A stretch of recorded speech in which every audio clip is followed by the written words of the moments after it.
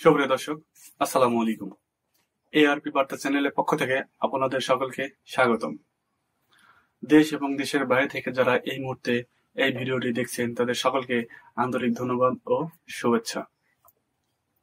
সুপ্রিয় দর্শক, শুরুতেই জানিয়ে দেব আজকের সর্বশেষ সংবাদ।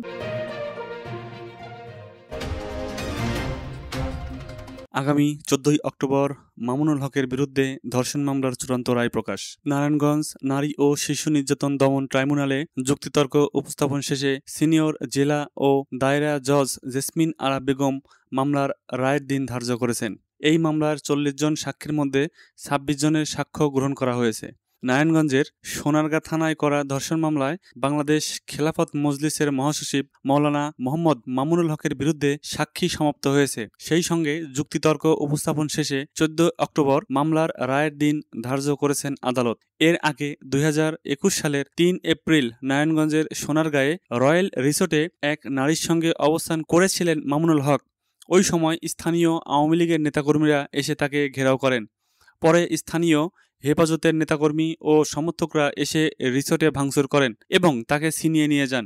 ঘটনার পর থেকেই মামুনুল হক মোহাম্মদপুরের জামিয়া রহমানিয়া আরাবিয়া মাদ্রাসায় অবস্থান করে আসছিলেন। এ সময় পুলিশ তাকে নজরদারির মধ্যে রাখে। এরপর 2021 সালের 18 এপ্রিল মোহাম্মদপুরের জামিয়া রহমানিয়া আরাবিয়া মাদ্রাসা থেকে গ্রেপ্তার করা হয় মামুনুল হককে। পরে এ ঘটনায় 30 এপ্রিল সোনারগাঁ থানায় মামুনুল হকের বিরুদ্ধে বিয়ের প্রলোভনে ধর্ষণ মামলা করেন ওই নারী। তবে ওই নারীকে তার দ্বিতীয় স্ত্রী দাবি করে আসছেন মামুনুল হক। এদিকে চলতি বছরের 4 এপ্রিল নারায়ণগঞ্জ নারী ও শিশু নির্যাতন দমন ট্রাইব্যুনাল আদালতে জামিন আবেদন করলে তৎকালীন বিচারক নাজমুল হক শ্যামলের আদালত তার জামিন মঞ্জুর করেন। এরপর থেকে তিনি সোনারগাঁ থানায় ওই ধর্ষণ মামলার জামিনে রয়েছেন।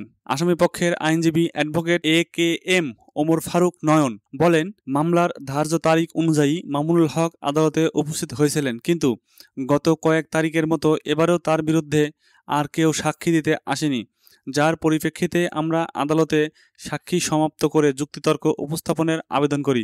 আদালত আমাদের আবেদন মঞ্জুর করেন। তিনি আরও বলেন, আমরা আদালতকে বলেছি এই পুরো বিষয়টাকে যোগসাজশ করে সংগঠিত করা হয়েছে। যিনি মামলার বাদী তিনি শারীরিক পরীক্ষা দিতে রাজি হননি, কারণ তিনি স্বীকার করেছেন মামুনুল হক তার বৈধ স্বামী। একই সঙ্গে বাদীর ছেলে আব্দুর রহমান সাক্ষী দিতে এসে বলে গিয়েছেন তার মা মামুনুল হকের সঙ্গে বিবাহ বন্ধনে আবদ্ধ হয়েছেন। তাদের ওপর বল প্রয়োগ করে মামলা করানো হয়েছিল। AKM ওমর ফারুক নয়ন বলেন, আমরা আদালতে আরও বলি, মামুনুল হক শুধুমাত্র রাজনৈতিক কারণেই জেল খেটেছেন। বর্তমান সময়ে তিনি সবচেয়ে জনপ্রিয় ব্যক্তি। তার বিরুদ্ধে চক্রান্ত করে এই মামলা দেওয়া হয়েছিল। এই মামলার কোনো ভিত্তি নেই। আমরা আদালতের কাছে ন্যায় বিচার প্রত্যাশা করি। আশা করি মামুনুল হককে আদালত বেকসুর খালাস দেবেন। আদালত আমাদের বক্তব্য শুনেছেন এবং আগামী 14 অক্টোবর রায়ের দিন ধার্য করেছেন। আদালতের ভারপ্রাপ্ত public prosecutor advocate Mohammad Romel Molla বলেন, মামুনুল হকের বিরুদ্ধে সাক্ষী শেষ হয়েছে, সেই সাথে যুক্তিতর্ক শেষ হয়েছে। আদালত আগামী 14 অক্টোবর রায়ের দিন ধার্য করেছেন। সুপ্রিয় দর্শক, আমাদের এআরপি বার্তা চ্যানেলটি নিয়মিত সর্বশেষ আপডেট নিউজ সম্প্রচার করে থাকে।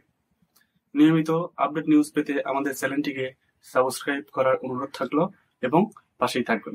সুপ্রিয় দর্শক, এই ভিডিওটি ভালো লাগলে অবশ্যই লাইক করুন এবং কমেন্ট বক্সে আপনাদের মূল্যবান মন্তব্য কমেন্ট করে দেবেন। এতক্ষণ সাথে থাকার জন্য আপনাদের সকলকে অসংখ্য ধন্যবাদ।